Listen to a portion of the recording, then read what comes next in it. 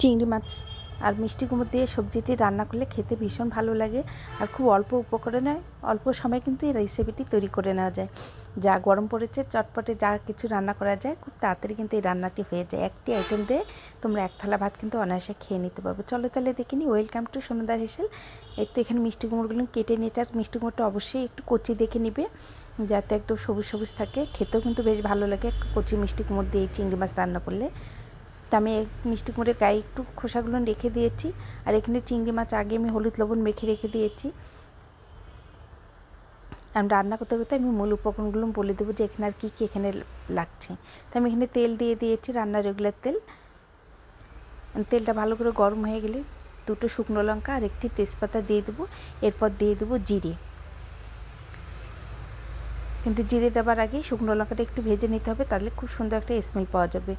তেলের মধ্যে জিরেটা দেওয়ার পরেই একটু জিরাটাকে ভেজে নিতে হবে। যতক্ষণ না জিরাটা খুব সুন্দর একটা স্মেল বের হচ্ছে ততক্ষণ তো এটি দিতে হবে। জিরাটাকে ভালো করে নেড়ে চেড়ে নিয়ে এখন দিয়ে দেবো পেঁয়াজ আর কাঁচা লঙ্কা। পেঁয়াজ কাঁচা লঙ্কা দেওয়ার পরে একটু লাল করে পেঁয়াজটাকে ভেজে নিতে হবে। একদমই আবার নরম রাখা যাবে না, আবার একদমই যে পুড়ে ফেলা সেটাও না, লাল করে হালকা একটু ব্রাউন কালার হলেই পেঁয়াজটাকে ভেজে নিতে হবে। এরপর দিয়ে দিচ্ছি পরিমাণ মতো লবণ, পরিমাণ মতো হলুদ। এখন ভালো করে তেলের মধ্যে হলুদ লবণটা পেঁয়াজের সঙ্গে ভেজে নিচ্ছি। এতে এই হলুদের যে স্মেল, বাজে স্মেল, সেটা কিন্তু থাকবে না। আর এখানে রয়েছে 1 চামচ করে রসুন বাটা, 1 চামচ জিরে আদা বাটা, আর 1 চামচ কাঁচা লঙ্কা বাটা। সবগুলো মশলা দিয়ে একটু নেড়ে চেড়ে নিয়ে এখন জল দিয়ে দিচ্ছি সামান্য একটু, আর দিয়ে দেবো 2 চামচ চিনি। একটু মিষ্টি মিষ্টি খেতেই সবজিটা ভালো লাগে, তোমরা চাইলে চিনির পরিমাণটা কমিয়ে দিতে পারো।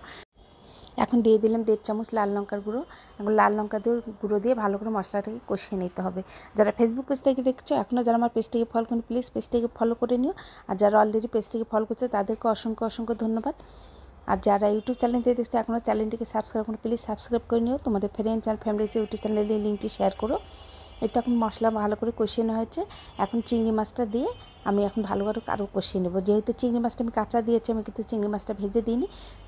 এই কাঁচা চিংড়ি মাছ দিয়ে কিন্তু এই রেসিপিটা বেশি ভালো লাগে। চিংড়ি মাছের যে স্মেলটা খুব ভালোভাবে পাওয়া যায়।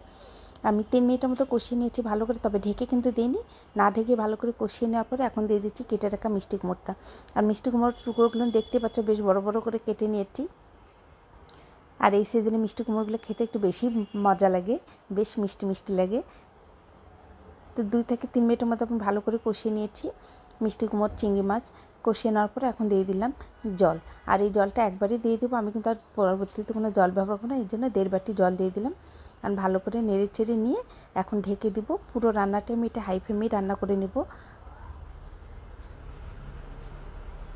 3 মিনিট পর ঢাকনাটা উঠিয়ে দিলাম। আমি আর ঢেকে দেবো না, এভাবে নেড়ে চেড়ে একটু নিয়ে নেব। আর 2-1টা মিষ্টি কুমড়ো একটু ভেঙে ভেঙে দেবো, এতে গ্রেভিটার থিকনেসটা খুব সুন্দর একটু গাঢ় গাঢ় হবে। তো হয়ে গিয়েছে। এখন দিয়ে দিচ্ছি ভেজে রাখা জিরে গুঁড়ো, দিয়ে দিচ্ছি ধনেপাতা কুচি। আমার এটা কিন্তু হয়ে গিয়েছে। এখন একটু নেড়ে চেড়ে নিয়ে আর 1 থেকে 1.5 মিনিট ফুটিয়ে নিয়ে আমি কিন্তু এটা নামিয়ে নেব। আর রান্নাটা খুব সহজ না, সহজেই কিন্তু সবাই তোমরা এটা তৈরি করে নিতে পারবে। আর এই গরমের মধ্যে কিন্তু চেষ্টা করা যায় যে এমন একটা রেসিপি রান্না করে যেটা দিয়ে একটি আইটেম দিয়ে 1 থালা ভাত সবাই কিন্তু খেয়ে নিতে পারে। এতো নামিয়ে নিয়ে আসলাম। রেসিপিটি যদি তোমাদের কাছে ভালো লাগে থাকে প্লিজ একটি করে লাইক কমেন্ট শেয়ার অবশ্যই করো। তো আর এখনও যারা পেজটিকে ফলো করো প্লিজ পেজটিকে ফলো করে নিও। আর অবশ্যই একটু বেশি বেশি করে সবাই শেয়ার করে দিও। সবাই ভালো থেকো, ধন্যবাদ, নমস্কার।